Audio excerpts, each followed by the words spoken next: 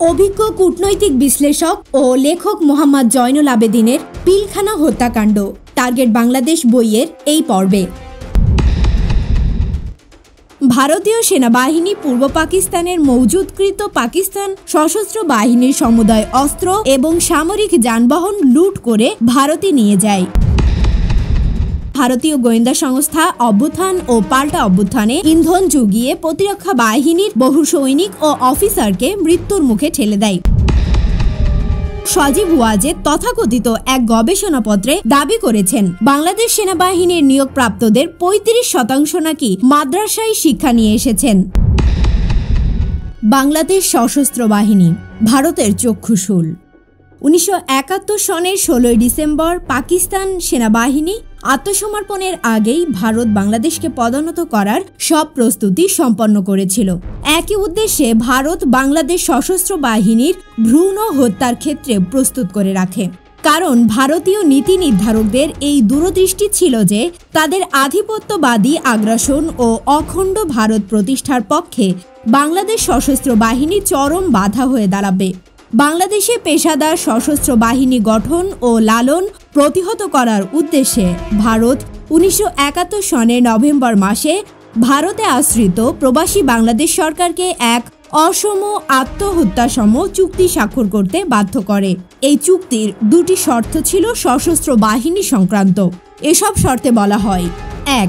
ভারতীয় সামরিক বিশেষজ্ঞদের তত্ত্বাবধানে বাংলাদেশে একটি আধা সামরিক বাহিনী গড়ে তোলা হবে, যা বাংলাদেশের সেনাবাহিনীর থেকে শক্তিধর ও অধিকতর কার্যকর হবে। ২. বাংলাদেশ তার সমুদয় সামরিক যন্ত্রপাতি ভারত থেকে সংগ্রহ করবে এবং ওইগুলো ভারতীয় সামরিক বিশেষজ্ঞদের তত্ত্বাবধানে থাকবে। ১৯৭২ সনে বাংলাদেশের প্রথম প্রধানমন্ত্রী মরহুম শেখ মুজিবুর রহমান ওই অসম চুক্তি এবং ভারতীয় চাপ অবজ্ঞা করে পেশাদার নিয়মিত সশস্ত্র বাহিনীর গোড়াপত্তন করেন। পাকিস্তান সেনাবাহিনী, নৌবাহিনী ও বিমান বাহিনীতে কর্মরত বাংলাভাষী সদস্যদের সমন্বয়ে, যাদের অধিকাংশই মুক্তিযুদ্ধে অংশ নিয়েছিলেন, সীমিত জনবল ও সম্পদ দিয়ে সীমিত পরিসরে বাংলাদেশ সশস্ত্র বাহিনীর যাত্রা শুরু হয়। ভারতীয় সেনাবাহিনী পূর্ব পাকিস্তানের মজুদকৃত পাকিস্তান সশস্ত্র বাহিনীর সমুদয় অস্ত্র এবং সামরিক যানবাহন লুট করে ভারতে নিয়ে যায় বিধায় বাংলাদেশ সশস্ত্র বাহিনীকে শূন্য হাতে যাত্রা শুরু করতে হয়। তথাপি বাংলাদেশ সশস্ত্র বাহিনী গঠন ভারত সরকার এবং তাদের বাংলাদেশি চরদের তীব্র বিরোধিতার মুখে পড়ে। তাদের যুক্তি ছিল, যেহেতু বাংলাদেশের ৩ দিকে সীমান্ত বন্ধুরাষ্ট্র ভারত বেষ্টিত এবং দক্ষিণের সমুদ্রে ভারতীয় নৌবাহিনীর ব্যাপক উপস্থিতি বিদ্যমান, তাই বাংলাদেশের সশস্ত্র বাহিনীর কোনো প্রয়োজন নেই। এ ধরনের যুক্তি ভারতের সাথে গভীর সম্পর্ক এবং ভারতের চাপ উপেক্ষা করে বাংলাদেশের নীতি নির্ধারকরা সশস্ত্র বাহিনী গঠন ও লালনের সিদ্ধান্ত নিয়েছিলেন এবং দূরদর্শিতার সাথে ক্ষুদ্রাকার এ বাহিনীর জনবল ধীরে ধীরে বৃদ্ধি করে একে আধুনিক বাহিনীতে পরিণত করেন, যা কালক্রমে বিডিআর, পুলিশ, আনসার, গ্রাম পুলিশ, সর্বোপরি জনগণের সহযোগিতায় বিদেশি হামলা প্রতিহত করতে মোটামুটি ক্ষমতা অর্জনে সক্ষম হয়। এ ধরনের যৌথ জনপ্রতিরোধ যে কোনো শক্তিধর আগ্রাসী হামলা প্রতিহত করে স্বাধীনতার সার্বভৌমত্ব অক্ষুণ্ণ রাখবে। বাংলাদেশের সুদূরপ্রসারী রণকৌশল অনুধাবন করে ভারত নব্য প্রতিষ্ঠিত সশস্ত্র বাহিনীকে ব্যর্থ ও ধ্বংস করার জন্য প্রকাশ্য ও গোপন চক্রান্তের আশ্রয় নেয়।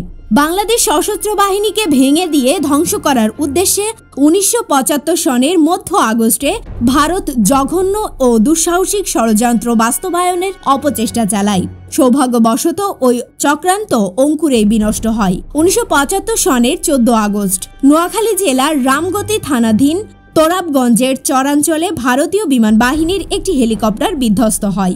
হেলিকপ্টারে থাকা ভারতীয় সেনাবাহিনীর ২ জন ঊর্ধ্বতন কর্মকর্তা ঘটনাস্থলেই নিহত হন। পরবর্তী দিন তাদের লাশ কলিকাতায় পাঠানো হয়। কলিকাতার দৈনিক আনন্দবাজার পত্রিকা ও আজকাল এবং নয়াদিল্লি থেকে প্রকাশিত সাপ্তাহিক রেডিয়ান্স সহ কতিপয় ভারতীয় সংবাদপত্র বারবার প্রশ্ন তোলে, কেন হেলিকপ্টারটি ওই ২ জন ভাগ্যহত সেনা কর্মকর্তাকে নিয়ে বাংলাদেশের আকাশ সীমায় প্রবেশ করে, বাংলাদেশের একটি প্রত্যন্ত অঞ্চলে ভেঙে পড়ে। ভারত সরকার আজ পর্যন্ত ওই ঘটনা সম্পর্কে কোনো উচ্চবাচ্য করেনি। বাংলাদেশের সরকারি মহল একই পন্থা অনুসরণ করে আজ পর্যন্ত এ ব্যাপারে মুখ খোলেনি। তথাপি বিভিন্ন কঠোর গোপনীয়তা, আইনি প্রতিবন্ধকতা এবং সরকারি ও কূটনৈতিক নিষেধাজ্ঞা পেরিয়ে এই অতি স্পর্শকাতর খবর বিমান বাহিনীর সদর দপ্তর ও ঢাকার সেনানিবাসে ফাঁস হয়ে যায়।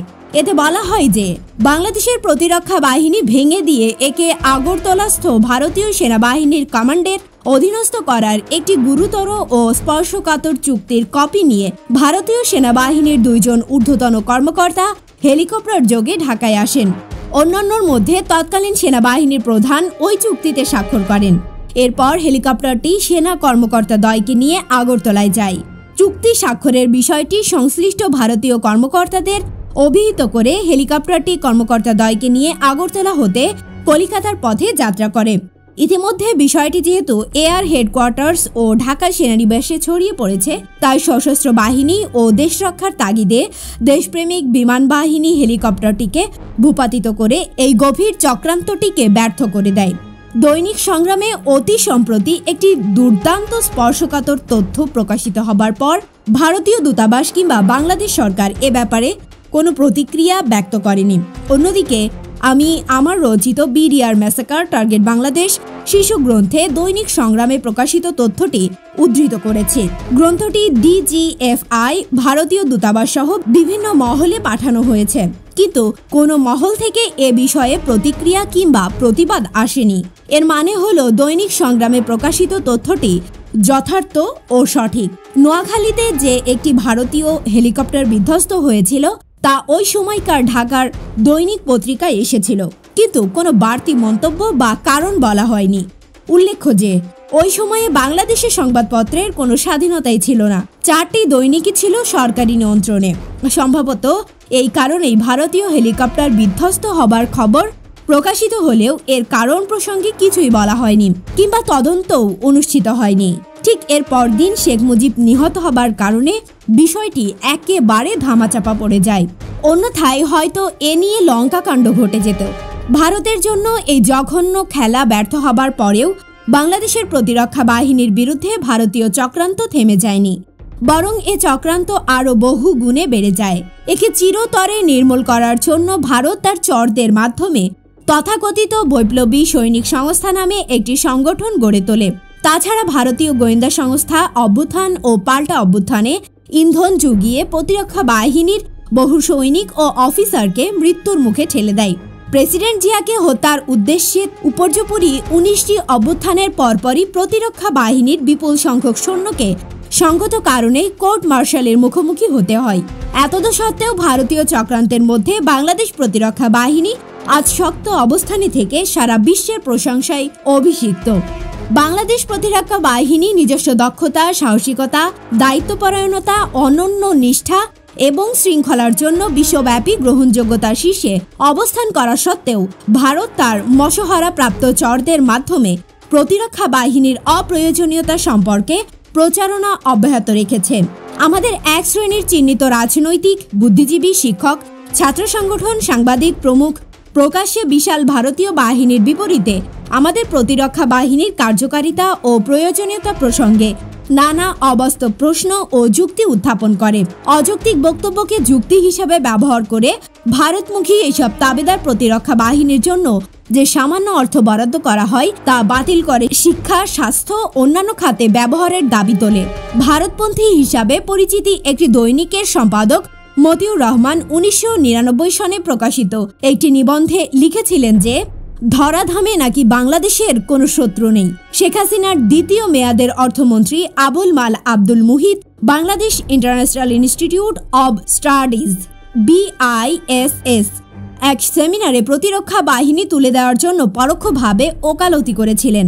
পিলখানায় সেনা কর্মকর্তাদের নির্মম হত্যার ঘটনাকে ভিন্ন খাতে ঘুরিয়ে দেবার জন্য শেখ হাসিনার বাণিজ্য মন্ত্রী ফারুক খান প্রকাশ্যে দাবি করেছিলেন যে প্রতিরক্ষা বাহিনীর বিভিন্ন স্তরে জঙ্গিপনার অনুপ্রবেশ ঘটেছে।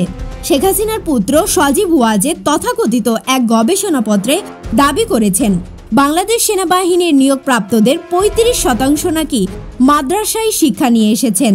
ওয়ালিয়ার রহমান নামক ভারতমুখী জনৈক সাবেক কূটনৈতিক সম্ভবত শেখ হাসিনার আশীর্বাদ পাবার উদ্দেশ্যে সজীব ওয়াজেদের কথিত গবেষণায় বর্ণিত পরিসংখ্যান সমর্থন করেন। একই ভুয়া পরিসংখ্যান ও দাবির অনুকূলে ঢাকার এবং ভারতের সংবাদ মাধ্যমে বেশ হইচই পড়ে। এতে বোঝা যায় সেনাবাহিনীর দুর্দিনে সেনাবাহিনীর বিরুদ্ধে এমন মিথ্যা দাবি ও প্রচারণা ছিল পাতানো খেলা বিশেষ।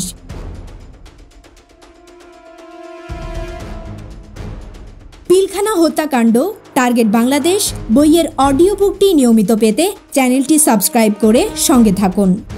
ভালো থাকবেন।